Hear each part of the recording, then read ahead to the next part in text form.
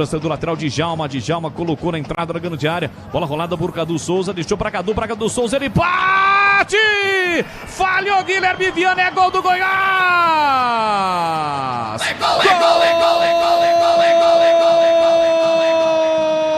Do Goiás! Eu sou Goiás. Cadu Souza tem a 40 estampado na camisa. Uma bola parecia fácil pro Guilherme Viana, só que ele acabou aceitando o chute do Cadu Souza com o pé direito na entrada da grande área. O Goiás sai na frente. Cadu Souza, 7 minutos do primeiro tempo, tá registrado no Majestoso.